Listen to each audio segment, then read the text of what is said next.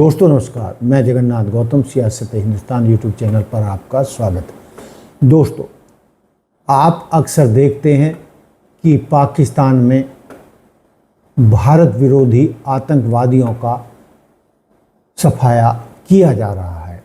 ये वो कुख्यात आतंकवादी हैं जो भारत में आतंकवादी घटनाओं को अंजाम देते रहे हैं और भारत के खिलाफ उन्होंने एक जंग छेड़ी हुई है।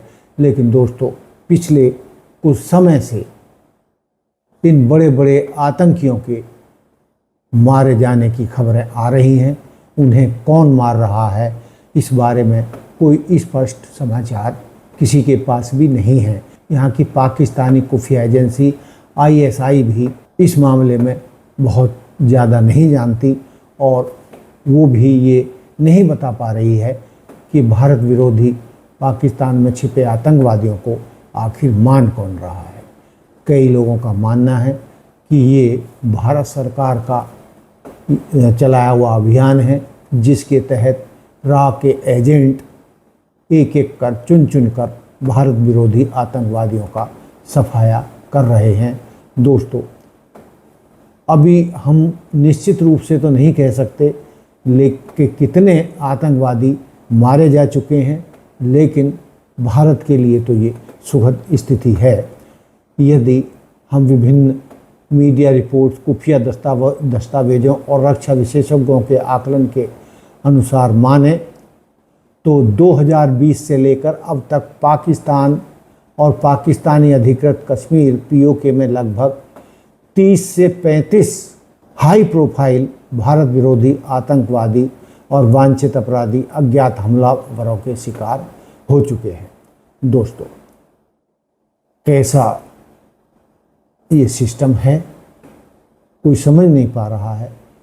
कहीं से एक आतंकवादी आता है मोटर बाइक पर और कुख्यात आतंकवादियों को टपका कर चला जाता है, लेकिन उनका कोई पता नहीं चल पाया और आज तक भी पता नहीं चला है। दोस्तों, आप ये भी जानना चाह रहे होंगे कि ये जो आतंकवादी हैं कौन हैं और अब तक किन प्रमुख भारत विरोधी आतंकवादियों का सफाया ये अज्ञात बंदूकधारी कर चुके हैं। दोस्तों, इनमें लश्कर तैयबा, जैसे मोहम्मद, हिजबुल मुजाहिदीन और खालिस्तानी आतंकी संगठनों के टॉप कमांडर शामिल हैं। कुछ प्रमुख नाम इस प्रकार हैं। दोस्तों, जो अज्ञात बंदूकधारियों द्वारा जो आतंकवादी टपकाए गए हैं उनमें परमजीत सिंह पंजवड़, खालिस्तान कमांडो फोर्स का प्रमुख जो लाहौर में मारा गया, ये पाकिस्तान में छिपे हुए खालिस्तानी कमांडर हैं जो भारत से सीमा पार करके पाकिस्तान में घुस जाते हैं और ISI के इशारों पर भारत के अपने ही देश भारत के खिलाफ ये कार्रवाई करते हैं और नुकसान पहुंचाते हैं। दोस्तों, दूसरे नंबर पर शाहिद लतीफ़ 2016 के पठानकोट एयरबेस हमले का मुख्य मास्टरमाइंड सियालकोट की एक मस्जिद में ढेर कर दिया गया था। इसी तरह अदनान अहमद उर्फ अबू कासिम लश्कर का शीर्ष कमांडर जो जम्मू कश्मीर में हमलों के लिए जिम्मेदार था, उसको भी अज्ञात बंदूकधारियों ने टपका दिया। ख्वाजा साहिद 2018 के सुजवान आर्मी कैंप हमले का मास्टरमाइंड POK में अगवा होने के बाद मृत पाया गया। हमजा बुरहान साल 2019 के पुलवामा आतंकी हमले का एक और मुख्य साजिशकर्ता, जिसे हाल ही में POK के मुजफ्फराबाद में अज्ञात हमलावरों ने मार गिराया। दोस्तों, इन सभी मामलों का पैटर्न एक जैसा ही था। मोटरसाइकिल पर सवार अज्ञात हमलावर आते हैं, बेहद करीबी दूरी से, बहुत नज़दीक से पॉइंट ब्लैंक रेंज गोलियां बरसाते हैं और बिना किसी सुराग के गायब हो जाते हैं, जिन्हें आज तक पहचाना नहीं गया है।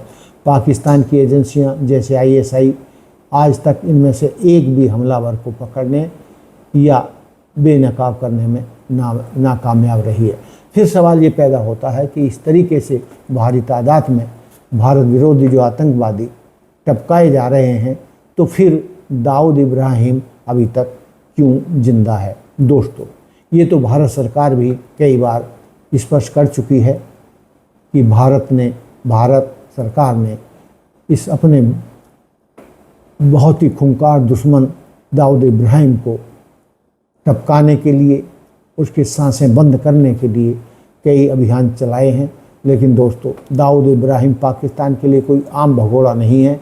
वह उनके लिए एक रणनीतिक संपत्ति, स्ट्रेटेजिक एसेट रहा है। कराची के क्लिफ्टन और नूराबाद जैसे पास इलाकों में स्थित उसके आलीशान बंगले पाकिस्तानी सेना और ISI की सीधे सुरक्षा घेरे में हैं। वहाँ बिना इजाज़त के परिंदा भी पर नहीं मार सकता।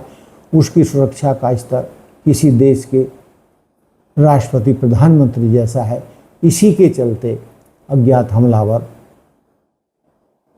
दाऊद इब्राहिम को अभी तक नहीं टपका पाए हैं। लेकिन दोस्तों, वो दिन भी दूर नहीं है कि जिस दिन दाऊद इब्राहिम, जिसने मुंबई में धमाके कराए थे और कई सौ लोग मारे गए थे, 150 से ऊपर शायद उनकी संख्या थी,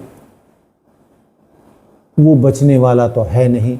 वैसे भी अब वो कहा जाता है कि उम्र दराज हो गया है और ISI ने उसको अपने कब्जे में लिया हुआ है, इसीलिए वो बचा हुआ है। लेकिन दोस्तों, कब तक बचेगा? ये अज्ञात हमलावर उसको कभी ना कभी टपका देंगे, किसी न किसी रूप में वो मारा जाएगा। किस तरीके से मारा जाएगा इस बारे में तो मैं नहीं कह सकता, लेकिन जो हमारे पास सूत्रों से जानकारियां हैं वो बहुत दिनों तक जिंदा नहीं रहने वाला है और भारत सरकार किसी भी माध्यम से कैसे भी उसको टपका कर ही रहेगी, ऐसा जो है जानकारों का कहना है। और दाऊद इब्राहिम की मृत्यु भी तय है। अब देखना ये है कि वो कैसे मारा जाता है। अज्ञात बंदूकधारियों द्वारा उसका कत्ल किया जाता है या कोई और रास्ता है या राह उसका काम तमाम करेगी, ये तो आने वाले समय में ही पता चल पाएगा। लेकिन दोस्तों, इतना तय है कि भारत सरकार ने आतंकवादियों को ठिकाने लगाने का बड़ा काम किया है और वो इसी के चलते अब कोई बड़ा हमला भारत में नहीं कर पा रहे हैं। और भारत सरकार पूरी तरीके से चाक चौबंद सिस्टम रखे हुए है, जिसके चलते जैसे दिल्ली में हमले हुए, पुणे में हुए और भी बहुत जगह अंदर तक हुए। दिल्ली में तो लगातार हुए थे, संसद भवन पर हुआ, लाल किले पर हुआ। इस तरीके के हमले अब होने बंद हो गए हैं। बस कश्मीर तक कभी कभार कोई इस तरीके की घटना सामने आ जाती है, यानी बॉर्डर के नज़दीक। बाकी भारत सरकार ने पिछले एक दशक में आतंकवादियों को भारत में आने से रोकने में कामयाबी हासिल की है और उनको टाइट करके रखा है। और हम उम्मीद करते हैं कि आने वाले समय में ये पाकिस्तान स्थित आतंकवादी इसी तरीके से मारे जाएंगे और भारत में हमला करने की उनकी ताकत है वो ख़त्म हो जाएगी। तो दोस्तों, ये था मेरा मुद्दा। देखते रहिए सियासत हिंदुस्तान। जय हिंद, जय भारत, जय संविधान। नमस्कार, धन्यवाद।